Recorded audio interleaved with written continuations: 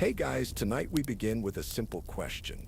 How long would you last in medieval Europe? Minutes? Hours? Perhaps a day if you're exceptionally lucky?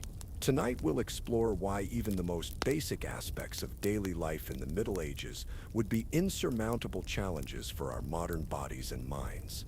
So before you get comfortable, take a moment to like the video and subscribe, but only if you genuinely enjoy what I do here. And let me know in the comments where you're tuning in from and what time it is for you.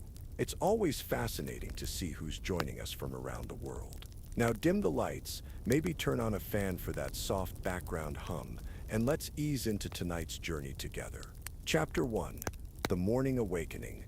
Congratulations, you've just woken up in the year 1347. The good news? You're alive. The bad news? That might not last long. Your bed isn't the memory foam mattress you're used to. Instead, you're lying on a lumpy sack stuffed with straw that hasn't been changed in months.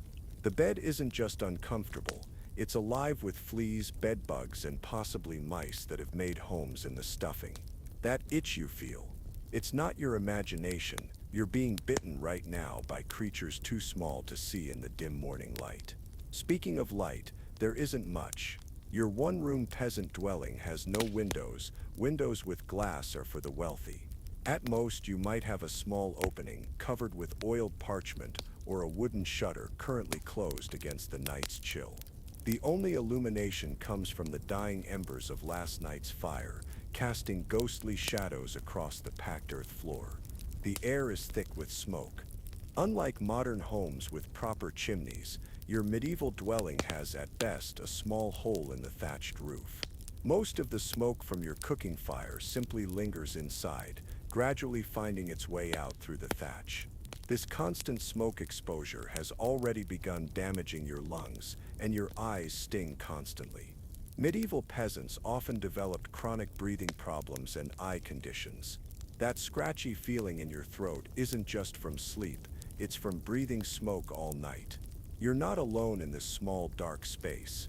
Medieval privacy didn't exist. Your entire family, parents, children, possibly grandparents or other relatives, all sleep in this single room. In poorer households, you might even share the space with your livestock. That smell isn't just smoke and unwashed bodies, it's also animal dung.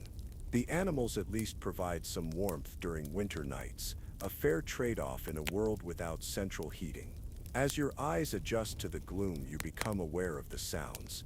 Someone is coughing, a deep, wet cough that never quite goes away. Tuberculosis, pneumonia. In medieval times, these weren't just illnesses, they were death sentences. There's no antibiotics here, no hospitals with trained doctors. That persistent cough might be the last sound someone makes before they're buried in the village cemetery. You stretch and immediately regret it. Your body aches in ways you've never experienced before. You're only 30, but in medieval terms, you're middle-aged. Years of hard physical labor in the fields have worn down your joints. Your back throbs from yesterday's work, and your hands are calloused and cracked. What modern people might do as an occasional weekend workout, medieval peasants did from dawn until dusk, every single day. The cold seeps through your thin woolen garments. It's spring, but the morning chill still bites. There's no thermostat to adjust, no warm shower to look forward to. You slept in the same clothes you wore yesterday, and will wear today, tomorrow, and possibly for weeks to come. Changing clothes was not a daily occurrence in medieval Europe. In fact, you might own only 2 sets of clothing, one for everyday wear and one slightly better outfit for church and special occasions. Your stomach growls, reminding you of hunger. Not the kind of hunger you feel after skipping a meal in the modern world. This is a deeper, more familiar sensation. In medieval Europe, especially during certain seasons, hunger was your constant companion. Your last meal was a thin gruel, made from barley, perhaps with some dried vegetables thrown in. It wasn't enough, but it rarely is. As you sit up on your straw mattress, something else becomes apparent: the smell, not just the animals or the smoke, but your own body. Personal hygiene in medieval Europe bears little resemblance to modern standards. You haven't bathed in months, Possibly not since last summer. Water had to be hauled from wells or streams, then heated over fires in small amounts. Full-body bathing was rare, reserved for special occasions. The wealthy might bathe monthly. Peasants were lucky to bathe a few times a year. Instead of bathing, you might wipe your face and hands with a damp cloth. Your teeth have never been brushed. Toothbrushes as we know them didn't exist. At best, you might rub your teeth with a frayed twig or rinse your mouth with water. The state of dental health is as you might expect. Painful rotting teeth are common, even among young people. That dull ache in your jaw. It's been there for months, getting steadily worse. Reluctantly, you swing your feet onto the floor. The ground is cold, hard-packed earth, possibly strewn with rushes or straw that haven't been changed in weeks. These floor coverings conceal a multitude of debris, food scraps, dirt tracked in from outside, insect larvae, mouse droppings, and worse. With each step, small creatures scatter from beneath your feet. It's time to begin your day. Though you haven't checked the time, you can't. There are no clocks in your home, no watches on your wrist. Medieval time was marked by church bells, the position of the sun, and the changing seasons. Your body, attuned to the natural rhythms of daylight, wakes you at dawn and sends you to sleep, not long after sunset. And so begins your morning in medieval Europe. You haven't even started your day's work, and already your body is dealing with conditions that would send a modern person running to doctors, exterminators, and possibly therapists. The discomfort you're experiencing isn't temporary. It's life, day after day, year after year, with little hope of improvement. Are you still confident about surviving that single day in medieval times? Chapter 2. The morning ablutions. Now comes one of the first major challenges of your medieval day, answering nature's call. In the modern world, this mundane activity takes place in private, sanitary bathrooms with flushing toilets and running water. In medieval Europe, the experience is rather different. If you're lucky enough to live in a larger town, there might be public latrines, basically wooden platforms built over running streams or rivers. These communal toilets offer little privacy and plenty of opportunity for disease transmission. In some larger castles or monasteries, there might be specially designed rooms built into the walls called garderies, essentially holes that drop waste directly outside the walls. But you're a common peasant in a rural village. For you, the options are simpler. A chamber pot kept under the bed, which someone will need to empty later, or a quick trip outside to the midden heap, essentially an open-air waste pile not far from your dwelling. There's no toilet paper, of course. You might use moss, leaves, or straw. The wealthy sometimes used wool or hemp, but for peasants, nature provided the wiping materials. You choose the trip outside, if only to escape the smoky interior of your home for a moment. The morning air is crisp, but the smell that greets you is not. Medieval villages had no sewage systems or garbage collection. Waste of all kinds, human, animal, and household, was simply tossed onto communal middens or into the nearest body of water. The concept of germ theory won't exist for hundreds of years. No one has connected this disposal method with the frequent outbreaks of disease that sweep through communities. This casual approach to waste has consequences beyond the obvious smell. The ground around your village is contaminated. The water sources are contaminated. Even the food, grown in fields fertilized with human waste, carries bacteria that would horrify modern health inspectors. Your medieval immune system, exposed to these pathogens from birth, has developed some resistance. Your modern immune system, it's in for a shock. Having relieved yourself, you might think about washing your hands. But where? And with what? There's no sink, no soap as you know it. At best, you might rinse your hands in a bucket of water drawn from the well, the same well that everyone else uses, possibly contaminated by that nearby midden heap.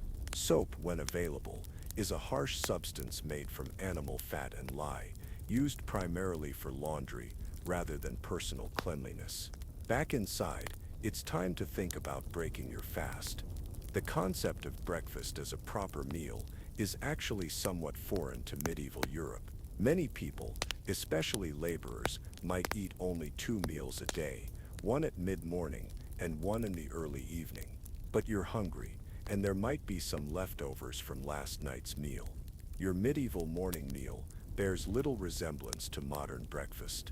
Forget coffee, it's virtually unknown in medieval Europe. Forget toast with butter and jam. White bread is for the wealthy, and sugar is an expensive luxury imported from distant lands. Instead, your breakfast might consist of a piece of coarse dark bread made from rye or barley, perhaps with some ale to wash it down. Yes, ale. In a world where water sources are often contaminated, fermented beverages are sometimes the safer option, even in the morning. If your family is doing well, you might add a bit of cheese to your bread, or in certain seasons, some fresh fruit from nearby trees. Eggs would be a luxury for most peasants, saved for trading or special occasions. This diet, while simple, is also lacking in many nutrients that modern people take for granted. Vitamin deficiencies were common, leading to conditions like scurvy, rickets, and night blindness. As you chew your dense, gritty bread, you notice something else: your teeth hurt. Medieval dental care wasn't just primitive, it was practically non-existent. There were no regular cleanings, no fillings for cavities, no braces to straighten crooked teeth. Tooth decay was accepted as an inevitable part of aging. If a tooth caused too much pain, it would be pulled, without anesthesia, by the local barber or blacksmith, using crude pliers. Many adults were missing multiple teeth, and complete tooth loss was common by middle age. Your morning meal finished, it's time to prepare for the day's work. You don't stand under a hot shower, lather up with scented soap, or brush your teeth with mint toothpaste. You might splash some cold water on your face from a basin, run your fingers through your hair, and perhaps chew on a sprig of mint or fennel, if available, to freshen your breath. Your clothing doesn't need much thought. You'll wear the same outfit you slept in, perhaps adding a heavier outer layer if the weather demands it. Undergarments as we know them didn't exist for most people. Your clothes are made of wool or rough linen, hand-sewn, and designed for durability rather than comfort. They chafe against your skin, especially in areas where the fabric has hardened from sweat and dirt. Women might cover their hair with a linen cap or kerchief, not just for modesty, but also for practical reasons, to keep it cleanish and out of the way during work. Men might wear a simple cap or hood, especially in colder weather. The elaborate hairstyles and fashionable hats depicted in medieval artwork were primarily for the nobility, not ordinary working people. Your footwear, if you have any, consists of simple leather shoes or wooden clogs. They offer minimal protection and no arch support. Many peasants, especially in warmer months, might go barefoot to save their shoes for winter or special occasions. Your feet, as a result, are tough and calloused, but also frequently injured and infected. As you prepare to step outside and begin your day's labor, you catch a glimpse of yourself in a bucket of still water, the closest thing to a mirror in your household. The face that looks back at you is weathered beyond its years. Your skin is darkened and leathered from constant sun exposure, lined with premature wrinkles.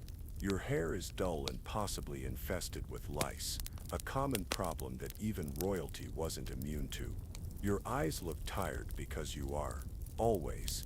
This is how you begin each day in medieval Europe. No refreshing shower, no minty toothpaste, no clean clothes, no nutritious breakfast, just discomfort, dirt, and hunger, the constant companions of medieval life. And your day has barely begun, still confident about surviving that single day. Chapter 3. The Morning Labor. The real challenge of medieval life begins when you step out to start your day's work. Forget the 9-to-5 workday with coffee breaks, air conditioning, and ergonomic office chairs. Medieval labor was sun-up to sundown, physically grueling, and performed regardless of weather conditions or personal health. For most peasants, work meant agricultural labor. Depending on the season, you might be plowing, sowing, weeding, or harvesting. These weren't activities performed with the aid of tractors or modern farm equipment. Plowing meant walking behind an ox or horse, struggling to keep the heavy wooden plow straight in the soil. Planting meant bending repeatedly to sow seeds by hand. Harvesting meant swinging a scythe or sickle for hours on end, then binding and stacking the cut grain. The physical toll was immense. Modern people who engage in historical reenactments of medieval farming often find themselves exhausted after just an hour or two. Medieval peasants did this work from dawn until dusk, day after day, with tools that were heavy, unwieldy, and inefficient by modern standards. The strain on your body would be constant. Back pain would be your daily companion. Your hands would develop thick calluses from handling rough wooden tools, yet still crack and bleed, especially in cold weather. Joint pain would start early in life, with arthritis setting in by your 30s or 40s. The average peasant was physically worn out by what we would now consider middle age. Weather offered no reprieve. In summer, you worked under the blazing sun without sunscreen, proper hydration, or breaks in air-conditioned spaces. Heat stroke was common and often fatal. In winter, you endured freezing temperatures with inadequate clothing, your hands and feet perpetually cold and possibly frostbitten. Rain didn't stop the necessary work of survival. You simply got wet and kept working, increasing your risk of illness. If you weren't engaged in agricultural labor, you might be a tradesperson, a blacksmith, carpenter, tanner, or weaver. These occupations came with their own hazards. Blacksmiths suffered burns and respiratory problems from forge smoke. Tanners worked with caustic chemicals that damaged their skin and lungs. Weavers developed eye strain and skeletal deformities from hunching over looms for hours. Workplace safety regulations didn't exist. Injuries were frequent and often debilitating. For women, domestic labor was equally demanding. Preparing meals meant grinding grain by hand, kneading dough, and tending fires. Laundry was a major undertaking, requiring hauling water, heating it over fires, scrubbing garments with harsh lye soap, and wringing them out by hand. Childcare was constant, and combined with other tasks, infants might be swaddled and placed nearby while mothers continued their work. Children weren't exempt from labor. From around age 5 or 6, children were expected to contribute to household work. By 7 or 8, many were already working in the fields or learning trades through apprenticeships. The concept of childhood as a protected time for play and education simply didn't exist for most medieval families. The pace of work followed the seasons and the sun, not the clock. During crucial planting and harvesting times, you might work 16 or 18 hours, stopping only for brief meals. Winter offered some respite as agricultural work decreased, but brought other challenges: repairing tools and equipment, spinning and weaving cloth, preserving food, all while trying to stay warm in inadequately heated dwellings. Your medieval labor wasn't just physically challenging, it was also fundamentally insecure. As a peasant, you likely didn't own the land you farmed. You worked the Lord's land, giving him a significant portion of your harvest as rent. Bad weather, plant diseases, or pest infestations could devastate crops, leaving you with little food and the same obligations to your lord. Famines were recurring disasters throughout the medieval period. Even skilled artisans faced economic uncertainty. Guilds regulated who could practice trades, limiting competition but also restricting opportunities. Economic downturns affected everyone, and there was no unemployment insurance or social safety net. Illness or injury that prevented work could quickly lead to destitution. Throughout your working day, there would be few comforts: no coffee break with pastries from the break room. Your midday meal might be carried to the fields, perhaps more coarse bread, maybe some cheese or dried meat if you were fortunate, washed down with water or ale carried in a clay bottle or wooden vessel. You'd eat quickly, sitting on the ground before returning to labor. Bathroom breaks. There were no designated facilities in the fields. You simply stepped away briefly to relieve yourself, with minimal privacy. Hygiene considerations were minimal. There was no place to wash your hands before returning to work or eating your lunch. The monotony of medieval labor was occasionally broken by the church bells, marking the canonical hours, reminding the faithful to pause for prayer. These brief moments of respite were welcome, but short. Work would quickly resume. The demands of survival allowed little time for rest or reflection. By midday, your modern body would be screaming in protest. Unused to such sustained physical exertion, you would experience muscle fatigue, dehydration, and possibly the early stages of repetitive stress injuries. The medieval person working beside you, conditioned to this labor from childhood, would be faring better, though they too would feel the strain, accepting it as the inevitable condition of life. As the sun reaches its zenith, you've completed only half your workday in medieval Europe. Your back aches, your hands are blistered, you're hungry, thirsty, and dirty. Modern conveniences like pain relievers, ergonomic tools, and moisture-wicking clothing are centuries away. There is only the work, the relentless work, that stands between your family and starvation. Still think you could survive that single day? Chapter 4. The Midday Meal. As the sun reaches its highest point in the sky, the time has come for the main meal of your medieval day. Unlike modern eating patterns, medieval Europeans typically had their largest meal at midday rather than in the evening. This practice made practical sense. You needed substantial energy to continue working through the afternoon, and cooking was easier in daylight. If you're working in the field some distance from home, you might simply eat the food you brought with you. But if circumstances allow, you'd return to your dwelling for a more substantial repast. The walk back offers little relief from your morning's labor, no air-conditioned car ride or comfortable public transportation. Just more walking on feet already sore from hours of work. Back at your home, the midday meal being prepared is nothing like a modern lunch. Forget sandwiches, salads, or microwaved leftovers. The centerpiece of your medieval meal would likely be pottage, a thick stew-like dish cooked in the home's single pot hung over the fire. Pottage was the ubiquitous peasant food, a catch-all dish that varied with seasons and fortunes. The basic pottage began with grain, oats, barley, or rye, boiled in water until soft and porridge-like. To this base would be added whatever vegetables were available: onions, leeks, cabbage, turnips, and perhaps peas or beans when in season. Herbs growing outside the cottage door might provide some flavor: parsley, sage, thyme, or mint. The wealthier or more fortunate might add small amounts of salted meat or fat for flavor. This pottage wasn't made fresh for each meal. The pot would remain over the fire, with new ingredients added as needed, and the mixture continuing to cook for days or even weeks. Each serving taken out, each new addition put in, changed the character of this ever-evolving dish. Today's pottage contained bits of yesterday's, which contained elements from the day before, and so on, a culinary connection to the past that could sometimes turn dangerous as spoilage set in. To accompany your pottage, there would be bread, but not the light, fluffy bread of modern bakeries. Peasant bread was dense, dark, and often made from mixed grains because pure wheat flour was too expensive for everyday consumption.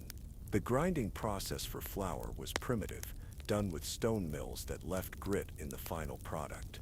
This grit would gradually wear down your teeth over years of consumption, another factor in the poor dental health of medieval people. The bread might be several days old, as baking was labor-intensive and fuel-consuming. Few homes had proper ovens. Bread was often baked in community ovens, where villagers would bring their dough to be cooked for a fee. Stale bread would be softened by soaking it in broth or ale, with nothing wasted. Your beverage choices would be limited. Water was often suspect, especially in villages where waste management was poor. Small beer or ale was the common drink for all ages. The fermentation process made it safer than untreated water. This wasn't the high-alcohol beer of modern craft breweries, but rather a lightly fermented, low-alcohol beverage consumed throughout the day. Wine existed but was reserved for the wealthy or special occasions for common folk. Dairy products might supplement your meal, depending on the season and your circumstances. Cheese, particularly soft cheese that didn't require long aging, was a valuable source of protein. Milk itself was less common as a beverage without refrigeration. Fresh milk soured quickly and was more valuable transformed into cheese or butter.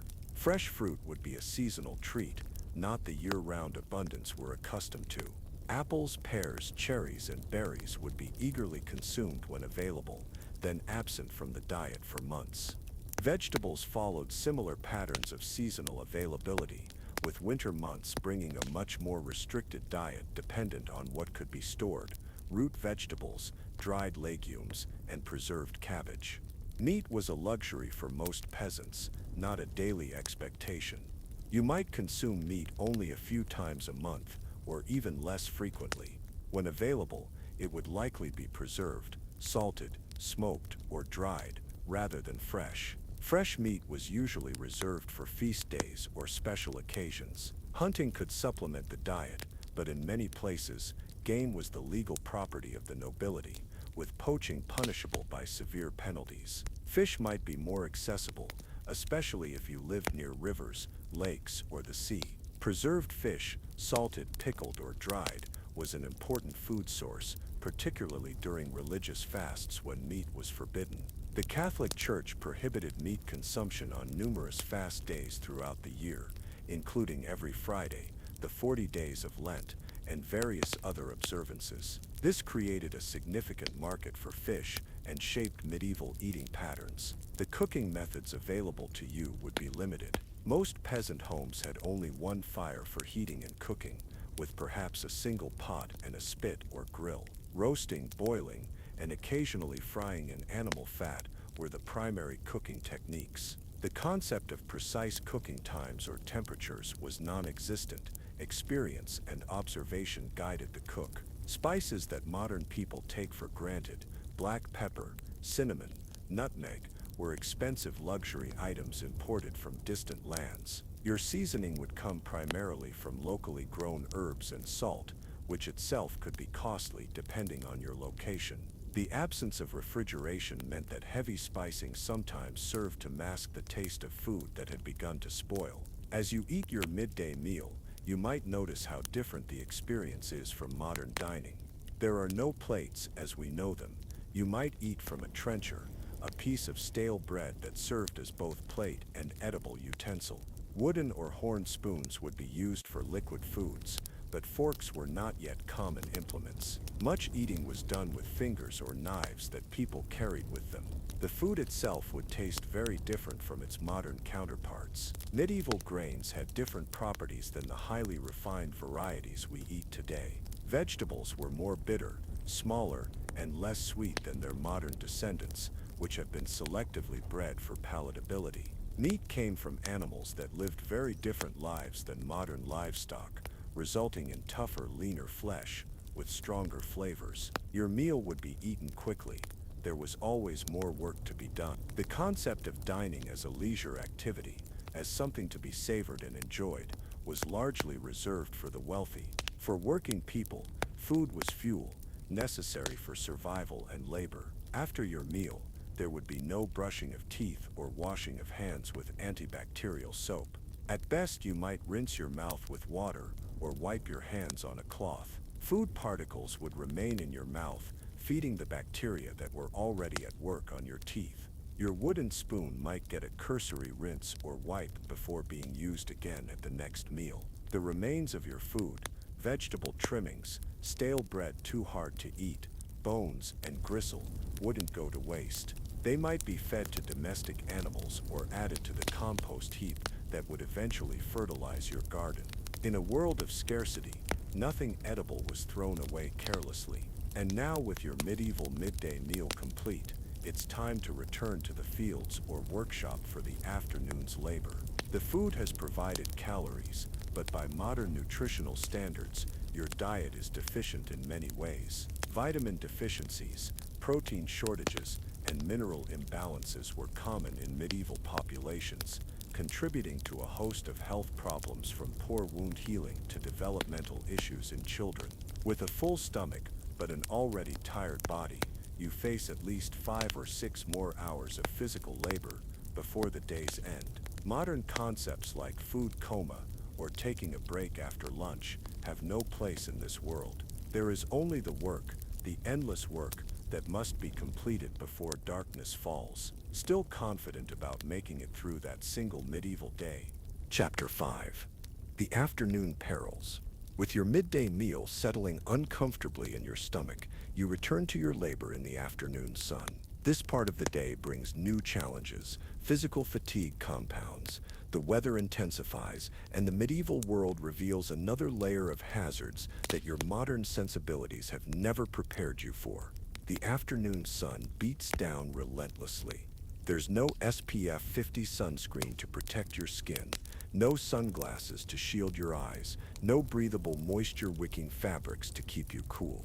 Your skin burns and blisters under the direct exposure.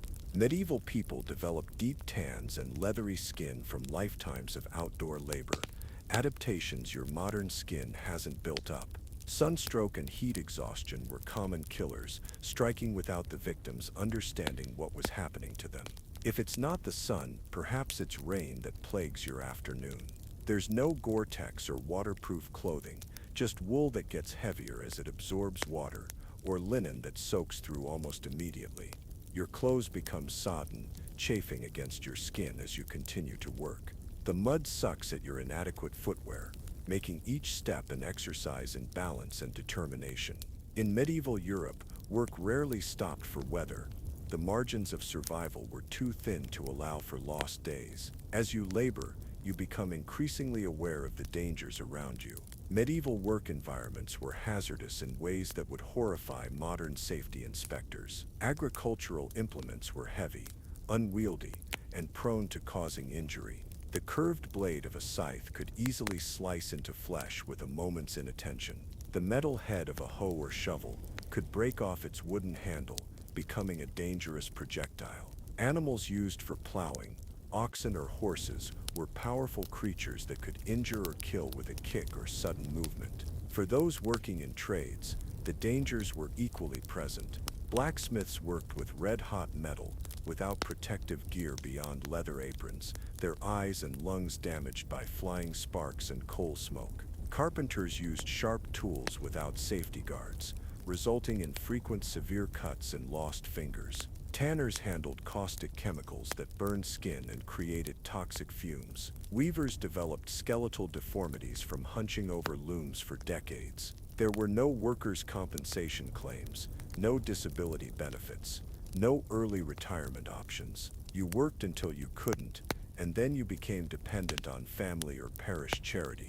Even the environment itself presented hazards unknown to modern people. That rustling in the nearby forest edge might be a wolf, still common in medieval Europe, and occasionally bold enough to attack humans, especially in winter when game was scarce. Wild boars, with their sharp tusks and aggressive temperament, were genuinely dangerous encounters. Even domesticated animals posed threats.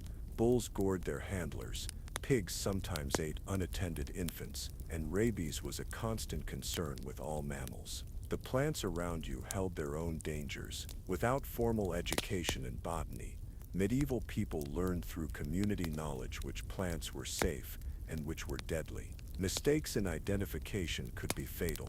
Water hemlock, belladonna, and foxglove grew wild in many areas, containing toxins that could kill swiftly and painfully. Even medicinal herbs, when improperly used, could cause harm rather than healing.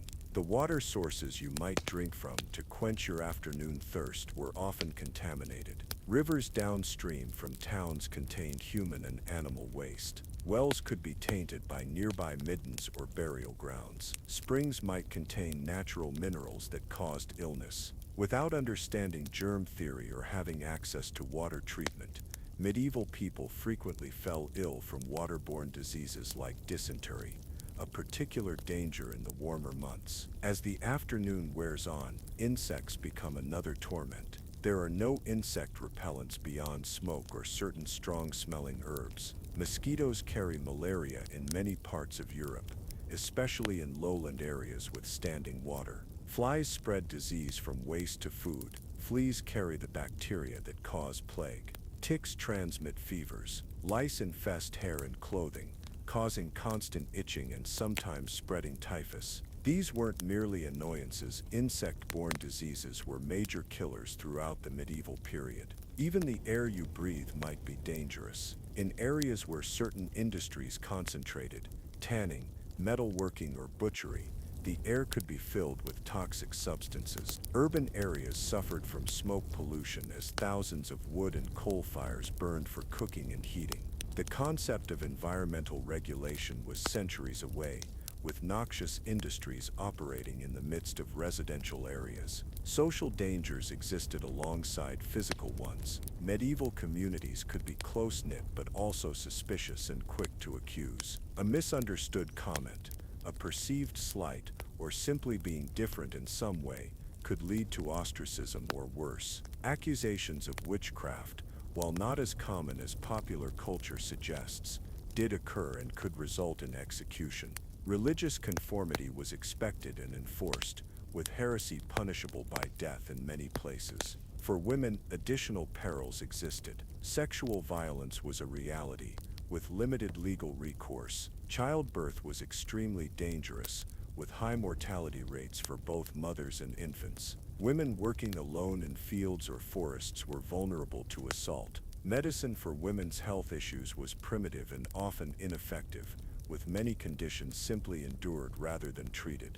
As the afternoon progresses, your physical reserves diminish. The hard physical labor, inadequate nutrition, and constant exposure to the elements take their toll. Modern people, used to relatively easy physical lives, would find their muscles failing, coordination decreasing, and mental focus slipping. This fatigue itself becomes dangerous, increasing the risk of accidents with tools or missteps on uneven ground. And yet you cannot stop. The work must be completed before darkness falls. There are no floodlights to extend the workday, no machinery to take over the heaviest tasks, only human and animal power, pushing against the limits of endurance as the sun begins its slow descent toward the horizon. Medieval people built up lifelong endurance for this work, their bodies conditioned from childhood for these demands. Your modern body, despite perhaps being better nourished and more disease-free, lacks this specific conditioning.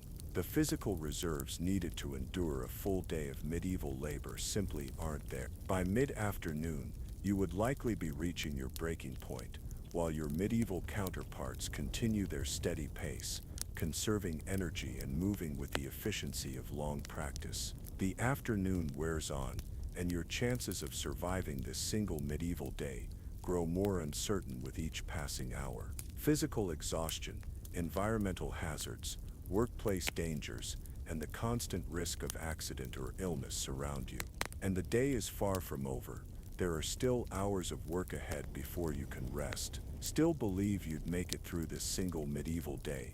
The most challenging hours are yet to come. Chapter 6. The evening return. As the sun begins its descent toward the horizon, your medieval workday doesn't end, it merely transitions.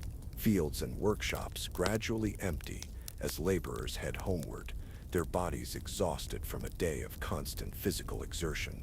This journey home isn't the relaxing commute of modern life. No car radio playing your favorite tunes, no podcast to distract you from traffic, no climate-controlled environment to ease your transition, just more walking on tired feet, carrying the tools of your trade. The dirt paths that serve as roads are rutted from cartwheels and livestock, challenging to navigate even for those familiar with them.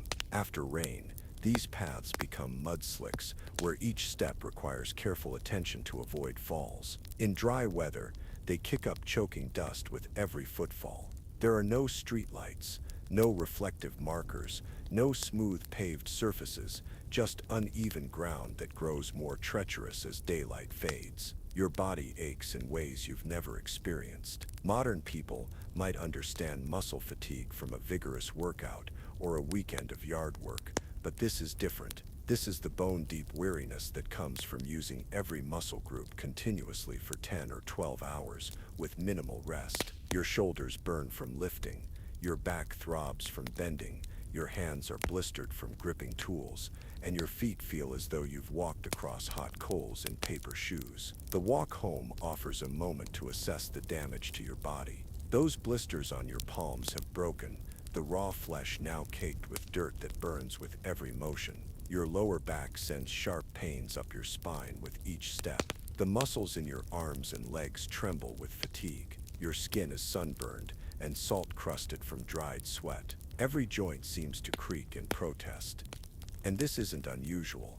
This is simply the daily experience of medieval labor. As you approach your village, you notice the smoke rising from dozens of small homes as evening fires are lit for cooking and meager warmth. The smell of wood smoke mingles with the less pleasant odors of animal waste, rotting garbage, and human effluent. Medieval villages had no sanitation systems, no garbage collection, no sewers. Waste was simply thrown outside, creating a perpetual miasma that modern noses would find overwhelming. The communal animals are being brought in from pasture pigs, sheep, possibly a few cattle owned collectively by the village. Their handlers drive them through the narrow paths between dwellings, creating momentary chaos as chickens scatter and children dart out of the way. These animals aren't just livestock, they're wealth, food security, sources of milk, wool, and labor. Their well-being is essential to survival, which is why many would be brought into human dwellings at night,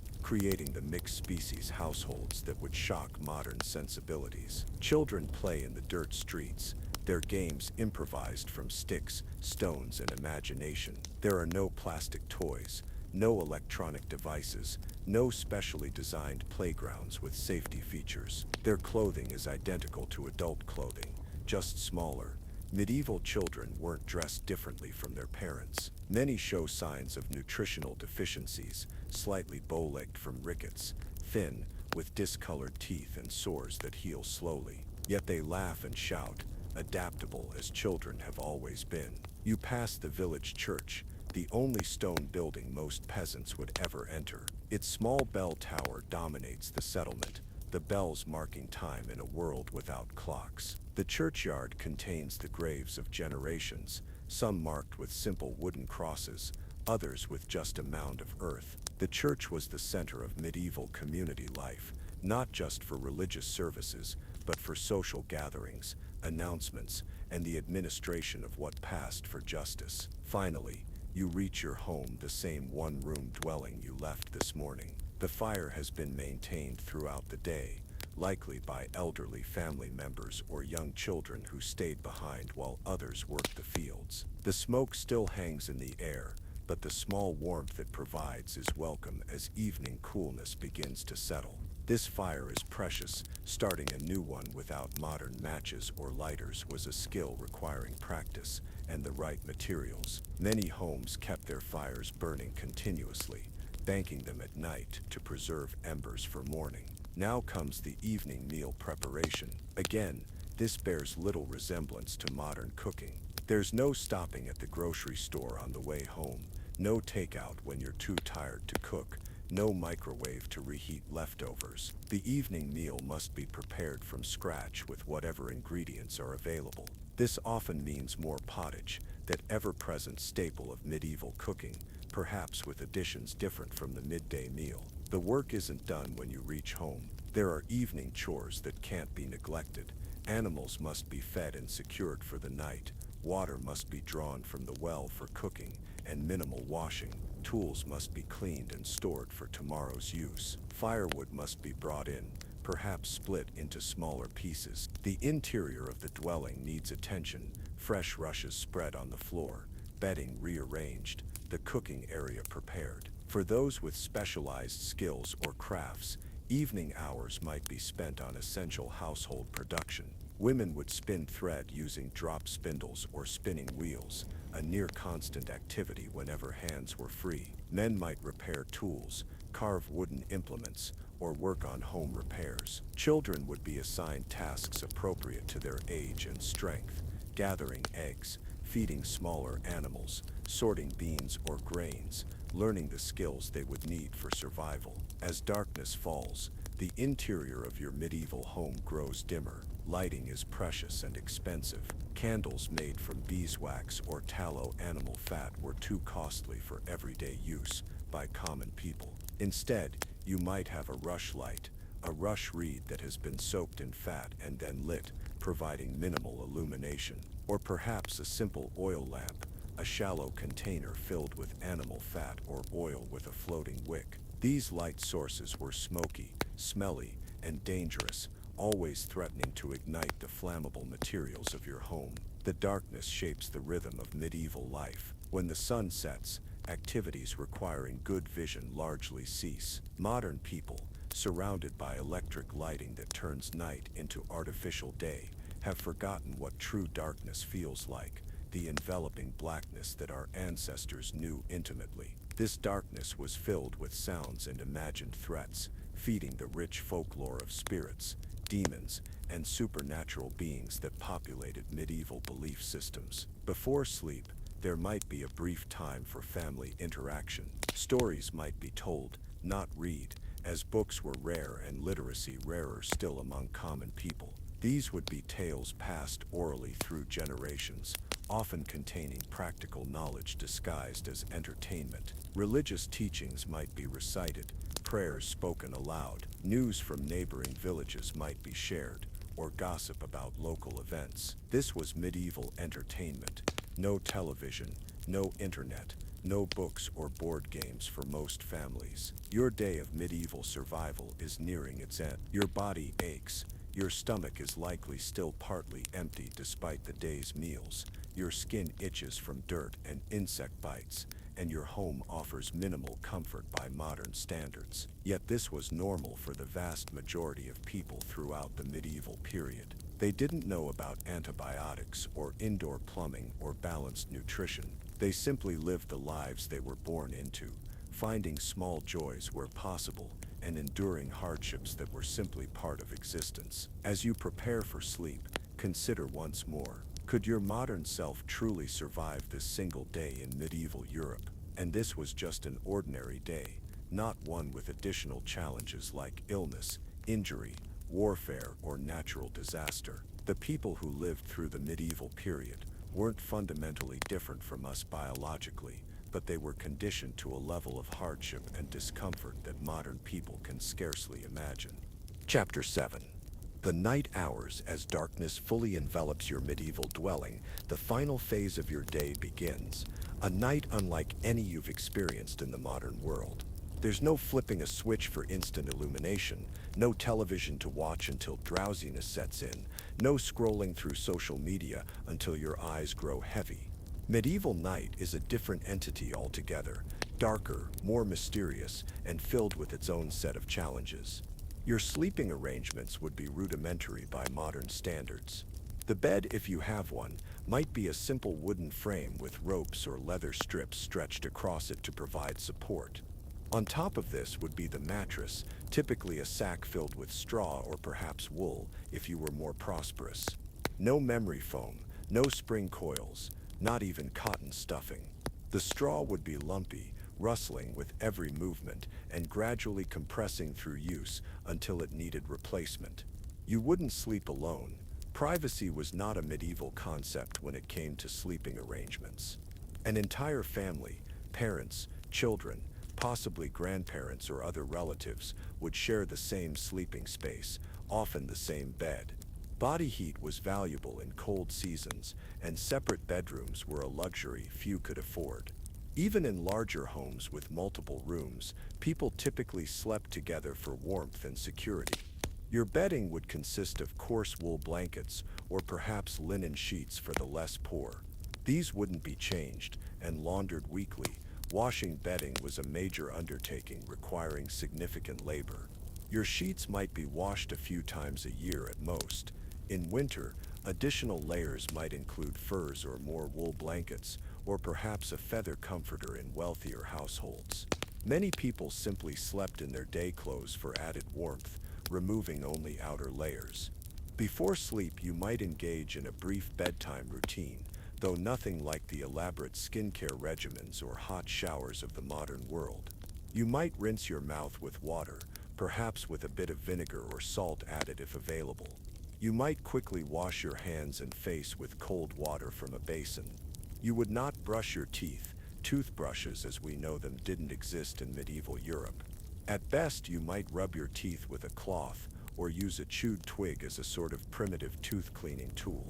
As you settle onto your straw mattress, you become acutely aware of its inhabitants. You are not the only living being in this bed. Fleas and bedbugs were nearly universal companions in medieval sleeping arrangements. These parasites lived in the straw, in the wooden frame, in the bedding itself, emerging at night to feed on human blood. Their bites would cause itching, welts, and occasionally disease transmission. Modern people, unused to this constant parasitic companionship, would find sleep nearly impossible amid the biting and crawling sensations. The night air inside your dwelling would be of questionable quality. With the fire banked for the night, smoke would still hang in the air. In winter, when doors and windows were kept closed against the cold, this smoky, stale air could become truly oppressive. In summer, open doors or windows might provide some relief, but would also admit mosquitoes and other insects. The concept of fresh air for sleeping was largely unknown. Night air was considered dangerous in many medieval belief systems, thought to carry disease. Sounds would accompany your attempts at sleep. The rustling of straw as family members shifted position. The breathing, snoring, and occasional talking or crying out of those sleeping nearby. Outside, the village would not be completely quiet. Livestock animals might make noise throughout the night. Dogs might bark at real or imagined threats, and the occasional human voice might be heard as someone tended to animals or returned late from an errand. Natural sounds would be more prominent than in our noise-polluted modern world. The wind in trees, owls calling, wolves howling in more remote areas, the scurrying of rodents in the thatch above. These sounds formed the backdrop of medieval nights, sometimes comforting in their familiarity, sometimes causing alarm when unusual. Sleep itself would follow different patterns than modern sleep. Without artificial lighting extending the day, medieval people typically went to bed soon after sunset and rose with the dawn, a sleep schedule more closely aligned with natural light cycles than our modern habits. However, evidence suggests that first sleep and second sleep were common. People would sleep for several hours, then wake for an hour or so during the night, using this time for contemplation, quiet conversation, or even visiting neighbors, before returning to second sleep until dawn. Physical discomfort would impact your sleep quality. The hard surfaces, the lack of pillows as we know them, perhaps a rolled cloth or small straw-stuffed sack instead, the inability to regulate temperature effectively, all these would make deep, restful sleep more difficult to achieve. Chronic pain from labor, untreated medical conditions, and dental issues would further diminish sleep quality. The medieval person was likely accustomed to a level of discomfort during sleep that would keep most modern people awake. True darkness would surround you, a level of darkness few modern people ever experience. With no street lights, no electronic device standby lights, no distant city glow, the darkness in a medieval dwelling would be nearly complete when the fire died down. This darkness had spiritual and psychological dimensions in medieval thought. The night was when demons, spirits, and supernatural beings were believed to be most active. Prayers before sleep were not just religious observance, but spiritual protection against these nocturnal threats. The night held very real dangers beyond the supernatural. Fire was perhaps the most feared. A knocked-over rushlight or a spark from the banked fire could set a thatch roof or straw bedding ablaze, with catastrophic results. Medieval villages and towns regularly experienced devastating fires that could consume dozens or hundreds of homes in a single night. With no fire departments, limited water sources, and highly flammable building materials, fire prevention was essential but not always successful. Human threats existed as well. While violent crime rates in medieval Europe were not as high as popular culture sometimes suggests, theft and home invasion did occur. Most homes had simple latches rather than locks, and windows, if they existed, were not secured as in modern homes. Some urban areas maintained night watches, but rural villages had little organized protection. The vulnerability of sleep was one reason for communal living arrangements. More people meant more potential defenders if threatened. Health emergencies that occurred during night hours were especially dangerous. With no telephones to call for help, no emergency services to respond, and limited medical knowledge, a sudden illness or injury during the night often meant suffering until morning, if the afflicted person survived that long. The night magnified the isolation and self-reliance of medieval life.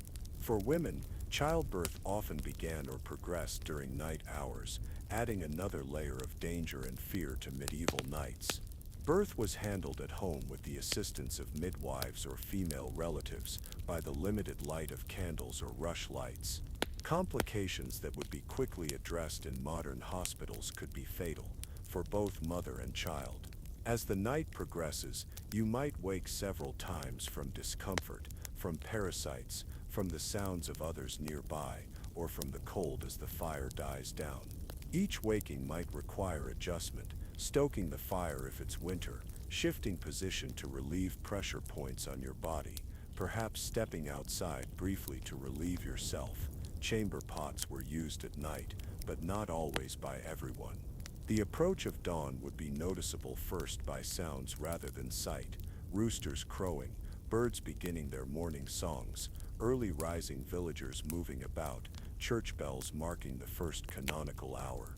The medieval day began early, with many people rising before full daylight, especially in winter when daylight hours were precious for necessary work.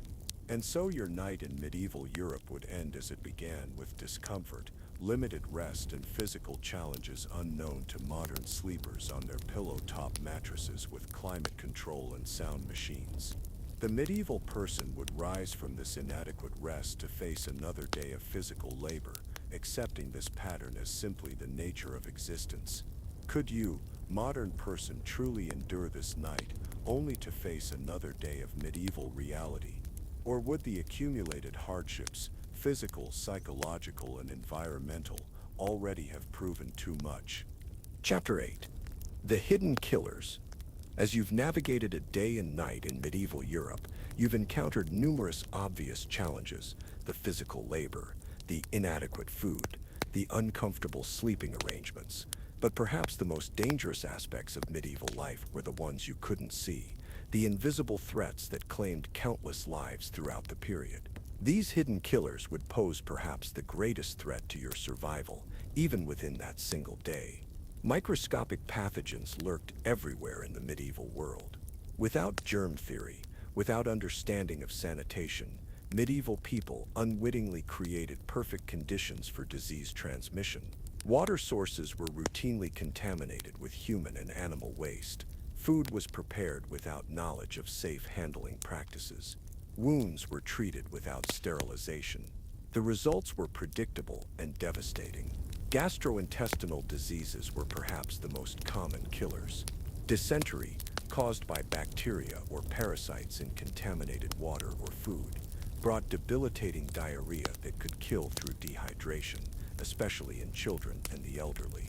What modern people might experience as an uncomfortable bout of food poisoning could be a death sentence in medieval Europe. The simple act of drinking water, something modern people do without thought, was a potential pathway to illness or death. Wells were often dug too close to latrines or animal pens. Rivers and streams received human waste from settlements upstream. Even rainwater, collected for household use, could become contaminated in storage. This is why alcoholic beverages were so important in medieval society. The fermentation process killed many pathogens, making ale or wine often safer to drink than water. Parasitic infections were nearly universal. Intestinal worms, roundworms, tapeworms, hookworms infected a large percentage of the population, causing nutrient deficiencies, abdominal pain, and sometimes fatal complications. These parasites entered the body through contaminated food or water, or through bare feet in contaminated soil. Without effective medications, people simply lived with these unwelcome internal companions, sometimes for their entire lives. External parasites were equally problematic. Lice infested hair and clothing, causing constant itching and sometimes transmitting more serious diseases like typhus. Fleas carried bubonic plague, responsible for the devastating Black Death pandemic that killed 30 to 60% of Europe's population in the mid-14th century. Ticks spread fevers and debilitating conditions. These creatures were not occasional visitors, but constant companions for most medieval people. Respiratory infections claimed countless lives. Without antibiotics, a simple cold could progress to pneumonia, especially in the young, the elderly, or those weakened by malnutrition or other illnesses. Tuberculosis, known variously as consumption, phthisis, or the White Plague, was endemic, spreading easily in crowded, poorly ventilated dwellings. The chronic cough you might have noticed in your household would likely be tuberculosis slowly destroying someone's lungs. Children faced particularly high mortality rates from infectious diseases. Measles, smallpox, diphtheria, and whooping cough swept through communities regularly, leaving devastation in their wake. Parents expected to lose children. Perhaps half would survive to adulthood in some periods and regions. This reality shaped medieval attitudes toward childhood and grief in ways modern people struggle to comprehend. Women faced additional health risks. Childbirth was extraordinarily dangerous, with maternal mortality rates estimated at 1 to 2% per birth. Given that women might experience 10 or more pregnancies during their reproductive years, the cumulative lifetime risk was substantial. Infections following birth, puerperal fever, hemorrhage, obstructed labor, and eclampsia were common killers, leaving many children motherless and many families broken. Dental infections, barely considered life-threatening in the modern world, regularly led to death in medieval Europe. Without professional dental care, cavities would progress to abscesses, which could then spread infection to the bloodstream or brain. The excruciating pain of advanced dental disease is almost unknown in developed countries today, but was a common experience in medieval life, sometimes ending in fatal sepsis. Nutritional deficiencies undermined health in subtle but critical ways. Vitamin C deficiency, scurvy, was common in winter and early spring when fresh fruits and vegetables were unavailable, leading to bleeding gums, joint pain, poor wound healing, and eventually death if not addressed. Vitamin T deficiency caused rickets in children, with characteristic bowed legs and skeletal deformities. Vitamin A deficiency led to night blindness and increased susceptibility to infections. Iron deficiency anemia was widespread, especially among women of childbearing age, causing weakness, fatigue, and complications during pregnancy. The medieval diet, while sometimes adequate in calories at least in good harvest years, was often seriously imbalanced. It was heavy in grains, providing carbohydrates, but lacking complete proteins and many micronutrients. Preservation methods like salting and smoking could make food safe from spoilage, but also destroyed some nutrients. Seasonal availability meant that winter diets were particularly restricted and problematic from a nutritional standpoint. Mental health challenges received no effective treatment. Depression, anxiety, psychosis, and developmental disorders all existed, but were often attributed to spiritual causes, demon possession, divine punishment, or moral failing. Treatments ranged from ineffective to actively harmful: exorcism, physical restraint, bloodletting, or consumption of various herbal or mineral preparations that could be toxic. Those suffering from serious mental illness might be cared for by family if possible, but were often relegated to the margins of society, with some eventually dying from neglect, exposure, or suicide. Chronic pain was simply endured. Arthritis, back problems from years of physical labor, old injuries that never properly healed, all these were considered normal parts of aging. Pain management consisted primarily of alcohol, herbal preparations of varying effectiveness, and perhaps primitive forms of heat or cold therapy. The constant background of pain shaped medieval psychology and spirituality, with suffering often given religious meaning as a test of faith or opportunity for spiritual growth. Cancer, heart disease, and other conditions we now consider major health concerns existed in medieval populations, but were poorly understood and rarely diagnosed as specific entities.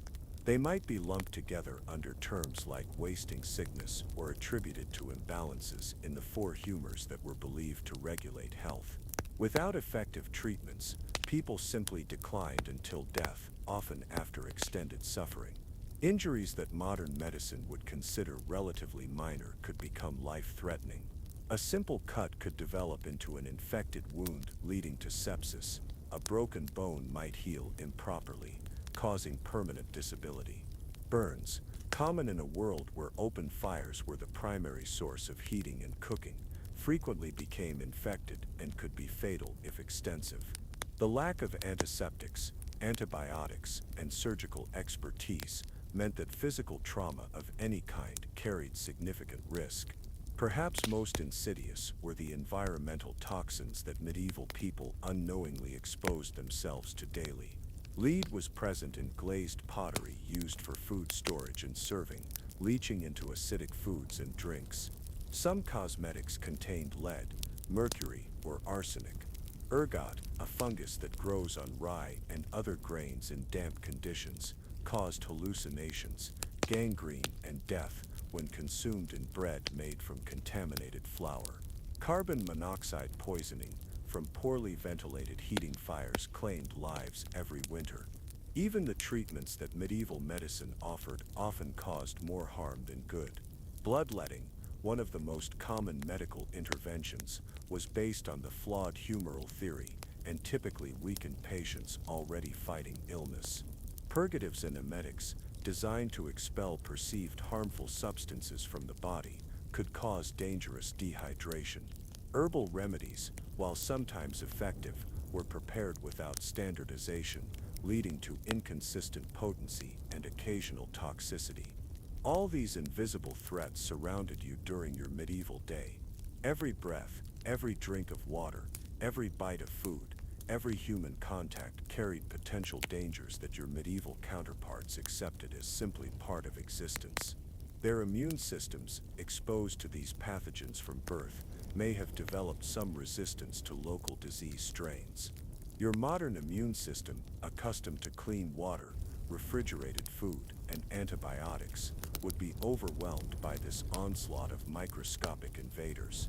So as you consider whether you could survive a single day in medieval Europe, remember that the greatest threats weren't the obvious hardships, the physical labor, the uncomfortable bed, the bland food.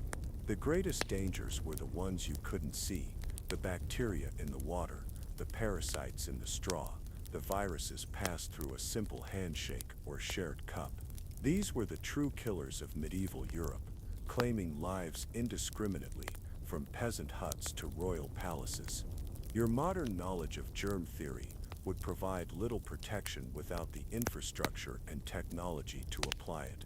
Knowing that boiling water kills pathogens doesn't help when you have no clean container to store it in afterward. Understanding that wounds should be cleaned provides little benefit without antiseptics. In the medieval world, invisible dangers lurked everywhere, and neither knowledge nor wealth offered complete protection. Chapter 9. The Social Order.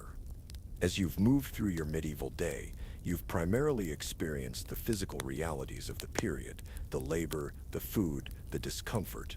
But medieval Europe wasn't just a collection of material conditions, it was a complex social system that would feel profoundly alien to modern sensibilities. This social order shaped every aspect of life, determining not just how you lived, but who you fundamentally were in the eyes of society and law. The medieval world operated on principles of hierarchy, immobility, and divine ordination. The social structure wasn't just a practical arrangement, it was believed to reflect God's will for human society. Each person was born into a specific social position, and in most cases would remain in that position for life. Social mobility as we understand it today was extremely limited and often viewed with suspicion. At the top of this rigid hierarchy stood the nobility, comprising perhaps 1 to 2% of the population. Nobles owned the land, controlled military power, and dominated political life. Their position was justified by concepts of bloodline and inherited virtue, the belief that noble families were inherently superior, destined by birth to rule over others. This tiny elite lived in a different world from common people, with different food, clothing, education, and legal rights. The clergy formed another elite group, operating parallel to the secular nobility. Religious leaders wielded enormous influence, controlling education, providing the theological justification for the social order, and administering what passed for social services. Within the clergy itself was another hierarchy, from powerful bishops and abbots, who lived like nobility, down to humble parish priests, who might be barely literate and nearly as poor as their parishioners. Below these elites were the common people, divided into further subcategories. Urban craftspeople and merchants formed a small middle stratum, sometimes achieving modest wealth, but rarely true power. Skilled craft workers organized into guilds that controlled training, quality standards, and market access. These guilds provided some security for their members, but also restricted competition and innovation. At the bottom of the social pyramid, comprising the vast majority of the population, were the peasants, further divided into free tenants, villeins, serfs bound to the land, and in some regions, outright slaves. These distinctions mattered enormously in medieval law and practice. A free peasant could move, marry, or change occupation without permission. A serf could not leave the lord's land, marry, or even slaughter a cow without approval, and owed labor services to the lord in addition to rent. For most of the medieval period, the majority of people were serfs, not slaves in the strict sense, but far from free by modern standards. They had certain customary rights that could not be violated even by lords, but they were fundamentally unfree, tied to the land, and subject to the authority of their social superiors.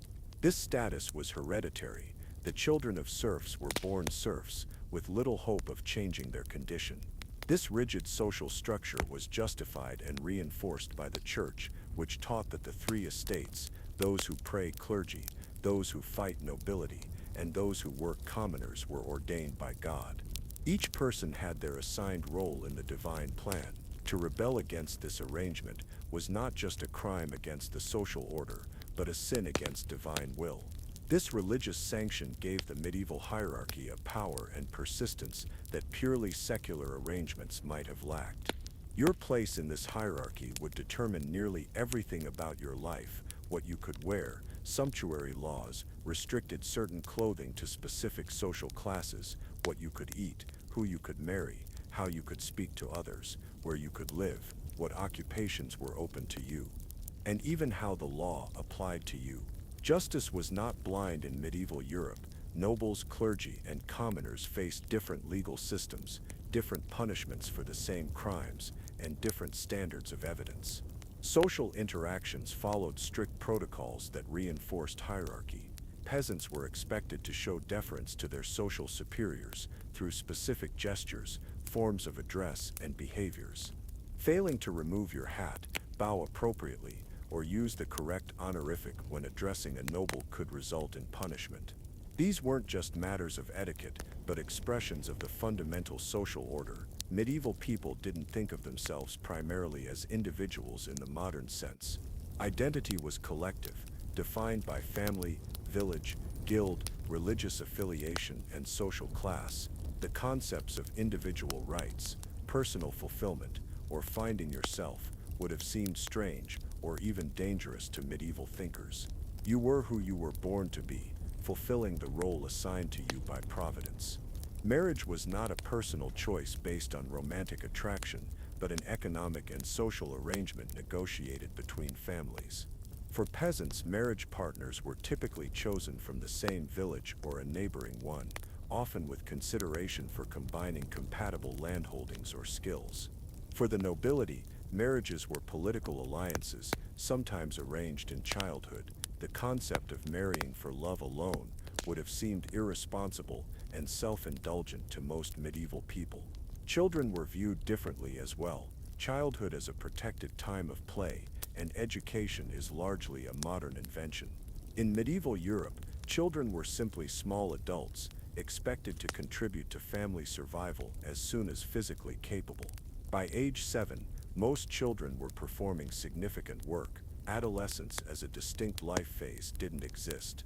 Puberty marked the transition directly to adulthood, with apprenticeships beginning and many sometimes occurring in the early teens.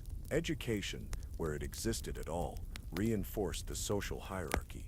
Formal schooling was primarily for boys destined for the church, or in some cases for administrative positions. The vast majority of the population received no formal education and remained illiterate throughout their lives.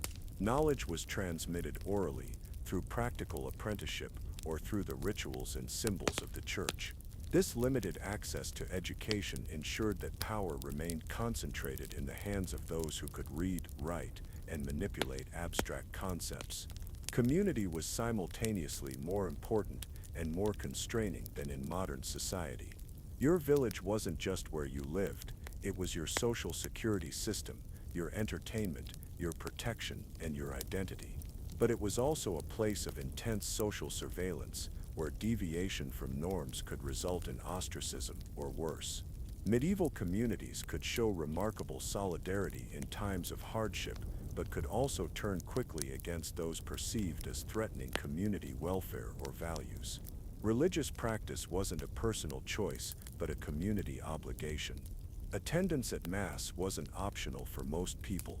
Absence would be noted and could lead to suspicion or censure.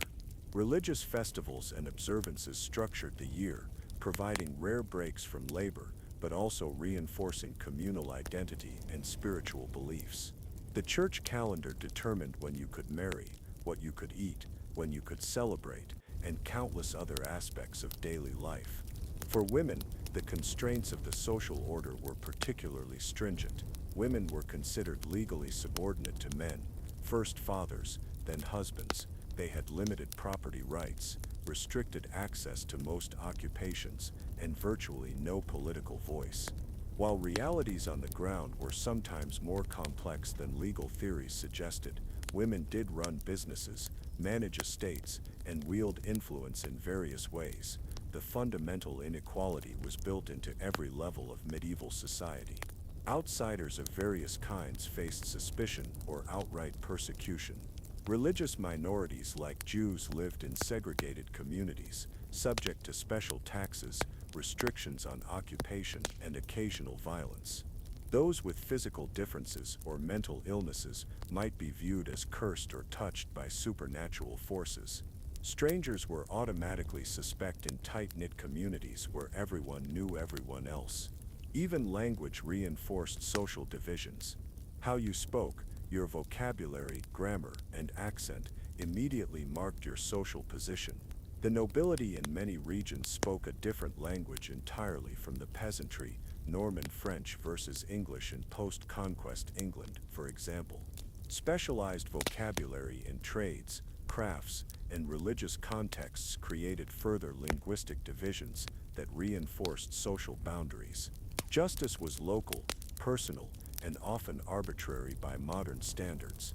In many rural areas, the local lord's court handled most disputes and crimes. Trials might involve ordeals, tests believed to reveal divine judgment rather than evidence in the modern sense. Punishments were often public and designed to shame as much as to cause physical pain. The stocks, the pillory, public flogging. The concept of rehabilitation was largely absent. Punishment was about deterrence, retribution, and purification of the community. As you moved through your medieval day, every interaction would be shaped by these social realities. The deference you showed to the local priest or the Lord's representative, the carefully calibrated greetings exchanged with others of your social level, the communal nature of work and meals, all reflected a world organized around principles fundamentally different from modern individualism. Mobility and theoretical equality. For a modern person, this social order might be the most difficult aspect of medieval life to adapt to, more challenging even than the physical hardships. We are accustomed to thinking of ourselves as autonomous individuals with inherent rights and the ability to shape our own destinies.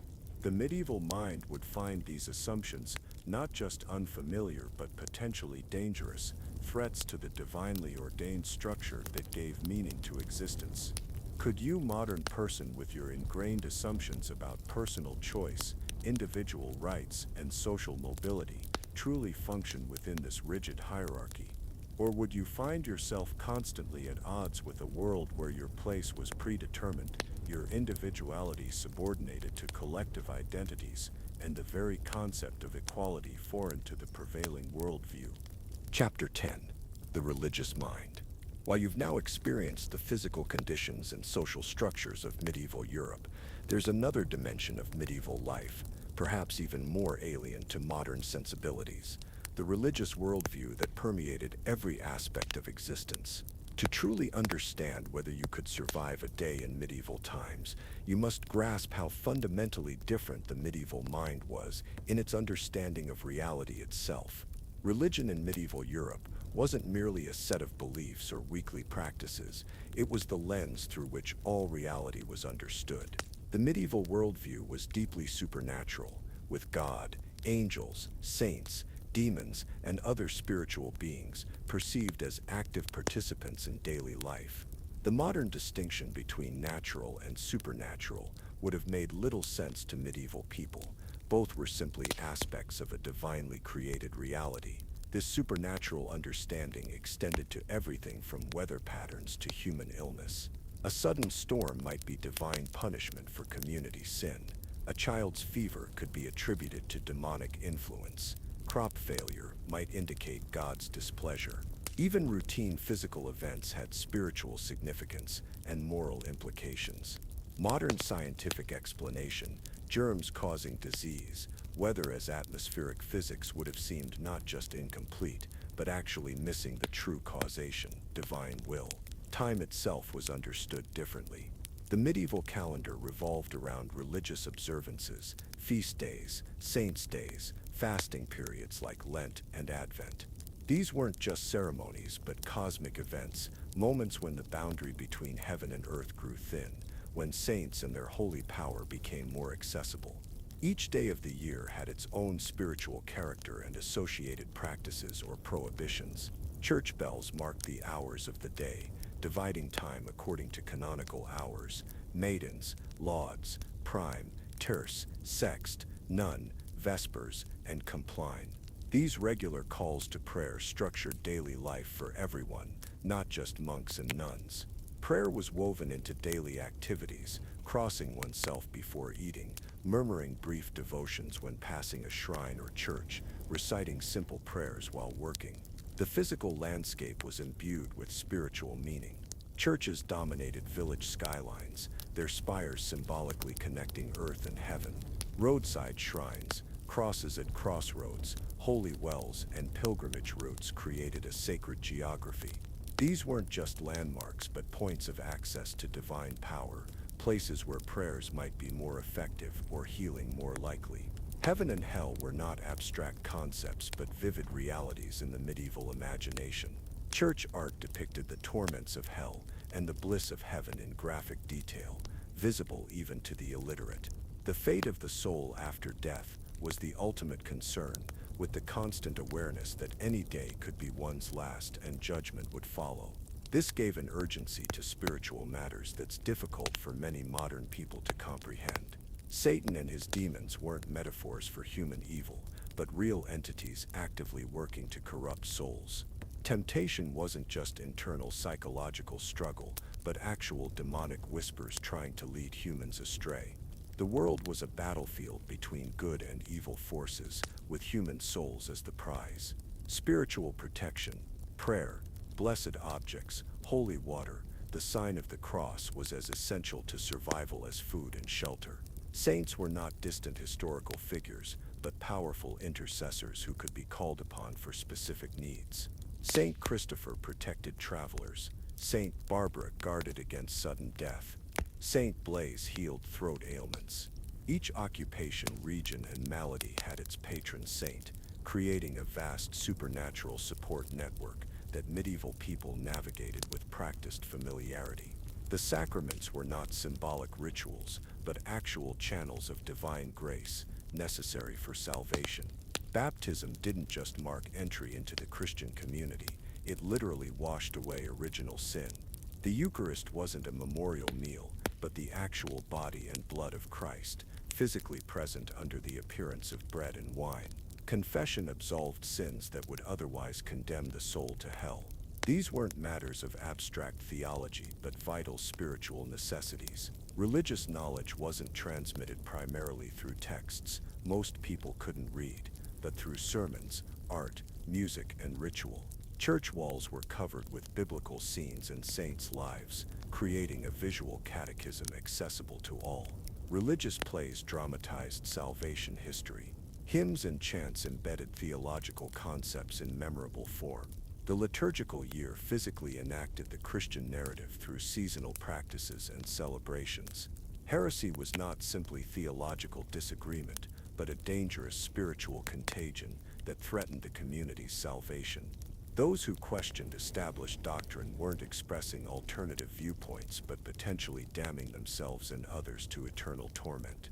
The medieval concern with rooting out heresy, which can seem like intolerance to modern observers, reflected a genuine belief that false teaching endangered souls eternally. Magic and religion occupied a complex, blurry boundary in medieval thought. While the Church officially condemned sorcery and witchcraft, many popular religious practices included elements we might now classify as magical thinking, blessed herbs for healing, prayers with specific ritualized wording, protective amulets containing saints' relics. The line between approved religious practice and forbidden magic was often unclear and inconsistently enforced. The natural world was filled with moral lessons and divine messages. Animals had symbolic meanings. The pelican represented Christ's sacrifice. The fox suggested cunning and deceit. Plants, stars, and minerals each had spiritual properties and correspondences. Reading these signs was part of understanding God's creation. Nothing was just physical. Everything pointed beyond itself to spiritual truths. Sin wasn't a private matter, but had communal consequences. Individual wrongdoing could bring divine punishment on the entire community, creating a strong impetus for social conformity and mutual surveillance.